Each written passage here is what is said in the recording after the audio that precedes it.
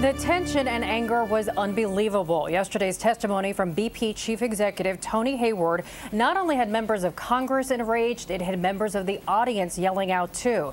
Just moments after Hayward was sworn in the hearing, a protester started yelling out that the CEO should be charged with a crime. Her hands and face covered in an oil-like substance. Moments later, the hearing resumed, but the fury kept flowing. You're not taking responsibility. You're kicking the can down the road and acting as if you have nothing to do with this company and nothing to do with the decisions. I find that irresponsible. Do you think BP has reckless behavior? I believe all accidents are preventable.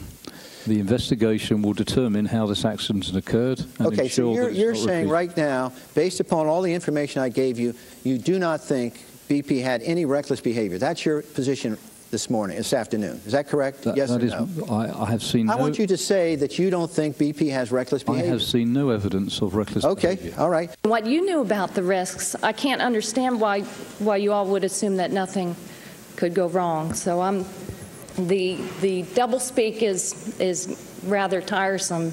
I'm dismayed and disheartened by what has happened and the elevation of profit over safety.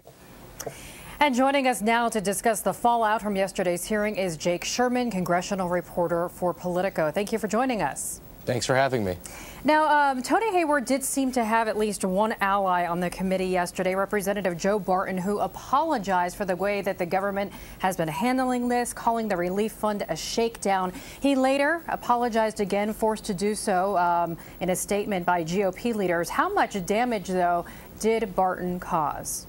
Well, I think the damage is not yet even known. I mean, in the hours, even the minutes after he made this comment, Democratic operatives were blasting out emails, trying to frame the Republican Party with this one man's line. And he did say that he's only speaking for himself. But this is exactly the image that Republicans were trying to avoid, the image that they were cozy with big oil and really cozy with BP. And Mr. Barton, who is a Texan, who's an oil man, he's long been a friend of the industry, and also a foe of the Obama administration, gave Democrats the ammo to just open fire on that kind of line of thinking.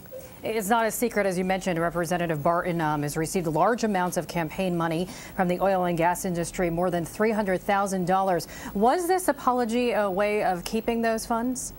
Well, I don't think it's that necessarily a way of keeping the funds, but Republican leadership told him that he either needed to apologize or he needed to step down. He's the top Republican on that committee, and that's an incredibly powerful post. It's an incredibly powerful committee, and he's actually chaired the committee when Republicans were in the leadership, so he didn't want to see that title stripped from him, so that was how he had to deal with it. He had to go out there and apologize. Speaking of that title and the possible stripping, will Republicans put their threat into action and go as far as to strip him of that title?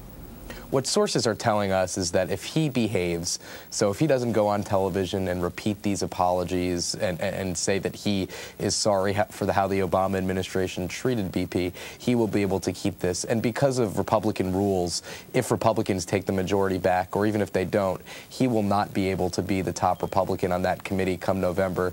So his time is limited in that post anyhow, but it looks like he will probably hold on as long as he doesn't say anything else in that vein. In your opinion, how much of the questioning and the atmosphere was more show than anything, or embellished show, especially with midterm elections really right around the corner? Well, I mean, we've seen 20-plus hearings on this oil spill, and it's been going on for 60 days. And proponents of these hearings will say Congress is doing its legitimate oversight job, and this is an important job. It is the watchdog of the industry. The regulators have someone to answer to on Capitol Hill.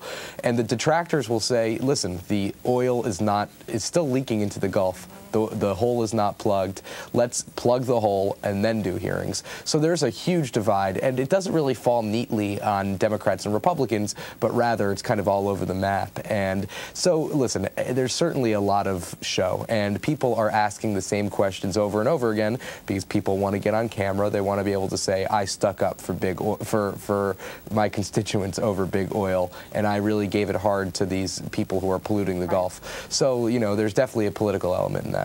Okay, Jake Sherman from Politico, thank you again so much for your time. Thanks for having me.